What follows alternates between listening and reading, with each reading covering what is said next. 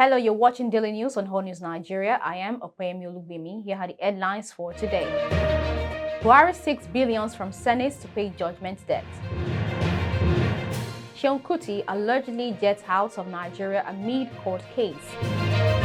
GBAJABIAMILA deputies trade words at plenary.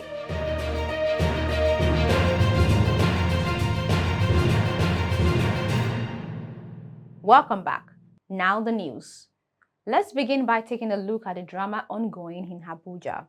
With 4 days to the expiration of his tenure as president, Muhammadu Buhari has made monetary demands to pay judgment debts. During Wednesday's plenary, Ahmed Lawan, Senate president, disclosed the president's intentions as contained in a letter addressed to the Senate. Buhari wrote to the Senate seeking approval for the sums owed by the government. He is seeking over $566.7, 98 million pounds and 226 billion naira.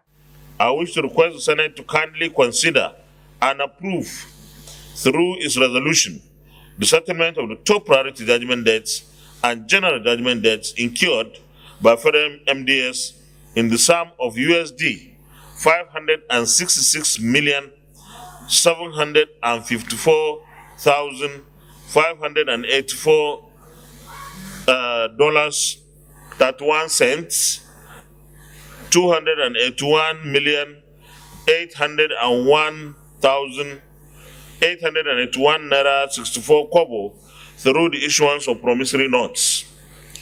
The Honorable Attorney General of the Federation and Minister of Justice and the Honorable Minister of Finance, Budget and National Planning shall provide any information that may be required by the Senate for the consideration of this request. While looking forward to the expeditious consideration and approval of the Senate, please accept the single Senate President the assurances of my highest regards. Yours sincerely, Muhammadu Buhari.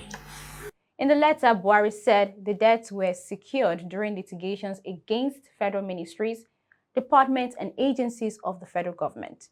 He said the settlement of the judgment debt had been approved by the Federal Executive Council, FEC, during its meeting on March 29, 2023. Earlier in May, Buhari also asked the Senate to approve an $800 million loan to finance the National Social Safety Network Program, NSSP. He wrote saying the federal government will send the money to 10.2 million poor and low-income households for a period of 6 months. Well, Nigerians are yet to testify of the benevolence of Buhari in that aspect. The monies borrowed never seem to be accounted for. It will be recalled that the Office of the Auditor General accused the Ministry of Justice of not following due process in the disbursement of funds earmarked for judgment debt. The Office of the Auditor General report said between 2017 and 2018, 10.4 billion naira was earmarked as judgment debt, and the sum was disbursed without a committee required for that purpose. The report said the last time the ministry had such a committee was in 2013. Moving on to the next news. Afrobeat musician KUTI has left Nigeria for Switzerland, where he will be commencing a summer tour in Europe. This comes the same day he regained his freedom from the custody of the Nigeria Police Force in Lagos State Command following his arrest and detention for allegedly assaulting a policeman. Last weekend, KUTI was unable to attend his concert in Majorca Island, Spain, due to his detention by the police, who were desperate to find incriminating evidence on him. On Wednesday, May 24, KUTI's trial at the Yaba Magistrates Court was adjourned to July 3rd. It had also been reported that there was a mild drama in the court, which was witnessed by the Chief Magistrate, Adiola Olatunbosun, as the Nigeria police effort to charge musician KUTI afresh for assault was blocked by human rights attorney and senior advocate of Nigeria, Femi Falana. Finally, on the news, there was some banter exchange between GBAJABIAMILA and the Deputy Speaker at the 10th plenary on Wednesday. Femi GBAJABIAMILA, the Speaker of the House of Representatives, and Ahmed Wase, his deputy, had a disagreement on Wednesday during a plenary.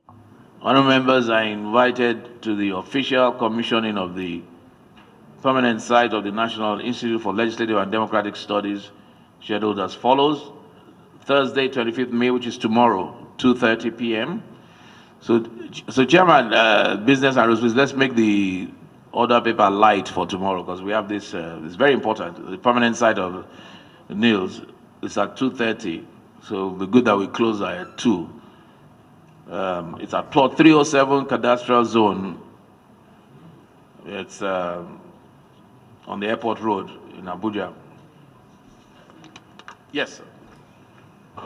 Mr. Speaker, respected colleagues, as we are winding up, we have lost quite a number of period of time. For a commissioning of a project, for God's sake, why do we have to shelve a lot of activity that we have just to go and witness commissioning of a project of NILS? I want to beg, sir, that we should do our functions. Those who have the interest to go to NILS, they have the right to go there. But our main primary and function in this parliament is to make law, and our citizens should be more priority to us, sir. Thank you very much, sir. Okay. Perhaps yes, you don't. I was part of those that went for this. It was set up. So I have every information and idea as what this by this same institution, the House, to go to Niels. What I said was, let's try and make it light and leave here by 2. If you want, we can resume at 10. We will do our work, but we will adjourn this House at 2 o'clock. I will witness Niels because it is important to me.